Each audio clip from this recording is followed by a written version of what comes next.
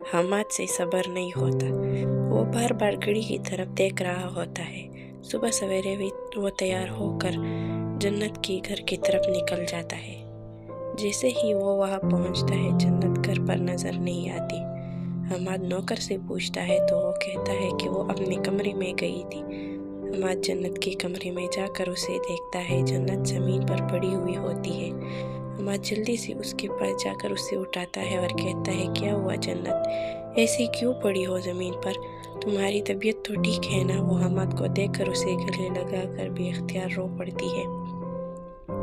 हमाद कहता है, जन्नत तुम मुझे डरा रही हो, बताओ तो क्या बात है?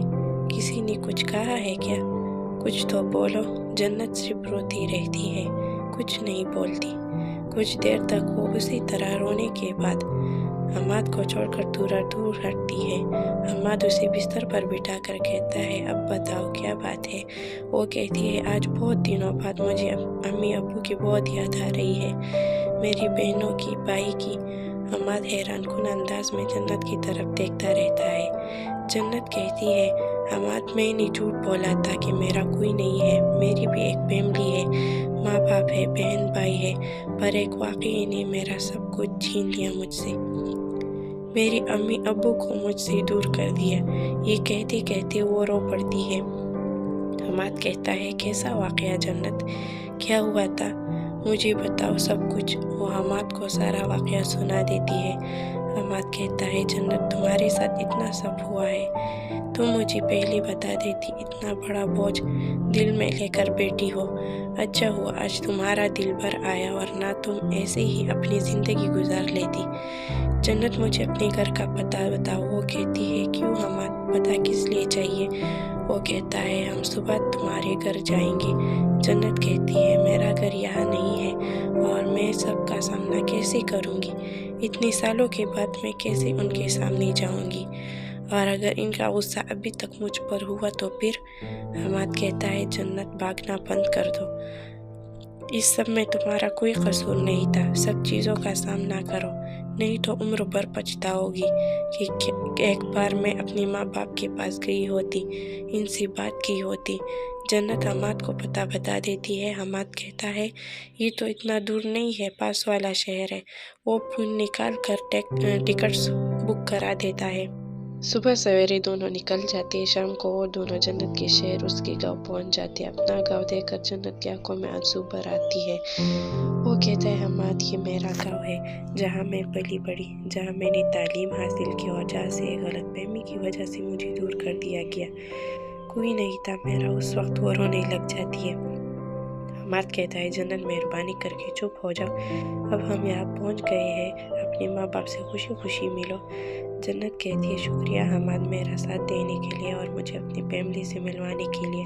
मैं ये एहसान ज़िंदगी भर नहीं भूलूंगी। हमाद कहता है, शुक्रिया मत कहो जन्नत, मैं बहुत खुश हूँ कि मैं तुम्हें तुम्हारे घर वालों से मिलवा रहा हूँ। ये बताओ तुम्हारा घर कहाँ है? वो कहती है, उस सामने वाली गली में मेरा घर है। दोनों इस गली तक पहुंच जाते हैं। जन्नत एक घर की तरफ इशारा करके कहती है, हमाद वो रहा मेरा घर। जैसे ही वो दोनों घर के करीब होते जाते, जन्नत की घबराहट बढ़ती जाती है। इसके हाथ कांपने लग जाते हैं। वो घबराहट के मारे हमाद का हाथ पकड़ लेती है और अपने घर की तरफ मुसलसल देखती रहती है। हमाद कहता है, जन्नत मेरी तरफ देखो, ये घर, ये मोहल्ला तुम्हारा है। तुम अपने माँ बाप और बहन भाई से मिलने आई हो, जिसके साथ तुम अपनी पूरी ज़िंदगी गुजार चुकी हो, तो डरने की कोई बात नहीं। माँ बाप अपने औलाद से ज़्यादा देर खफा नहीं रह सकते। डरो मत, जाओ अंदर, मैं यहीं पर खड़ा हूँ, कुछ नहीं होगा, और अगर कुछ हुआ तो मैं अंदर आ जाऊँगा। जन्नत आहिस्ता कदमों से दरवाजे की तरफ बढ़ जाती है। हमाद दरवाजे के पास खड़ा हो जाता है। जन्नत दरवाज़ा खोलकर अंदर चली जाती है। अंदर देखकर उसके होश उड़ जाती है। जन्नत की माँ ज़मीन पर पोछा दे रही होती है और इसकी बहनें घर के कामों में मसरूफ़ होती है। जन्नत वहाँ चुपचाप खड़ी ये सब देख रही होती है। जन्नत की माँ झाड़ू हाथ में उठाती है कि इतने में जन्नत की चाची आकर कहती है, अभी तक तुमने सफाई ख़त्म नहीं की, खाना कौन पकाएगा, तुम्हारा बाप कामचोर। और वो जन्नत की माँ को धक्का देकर गिरा देती है। जन्नत भागते हुए आकर अपनी माँ को उठाती है और कहती है, امی امی آپ ٹھیک تو ہے؟ کہیں چوٹ تو نہیں لگی؟ جنت کو دیکھ کر اس کی بہنیں بھاگتی ہوئی آ کر اس سے لپٹ جاتی ہے۔ جنت کی امی اسے دیکھ کر بے اختیار چومنے لگتی ہے اور رو رہی ہوتی ہے۔ وہ کہتی ہے جنت میری جان، کہاں گئی تھی تم؟ اتنے دنوں کے بعد آئی ہو، کیا تمہیں ہماری ذرا سی بھی پرواہ نہیں تھی؟ تمہارے بابا نے تمہیں بہت ڈھونڈا پر تم کہیں نہیں تھی۔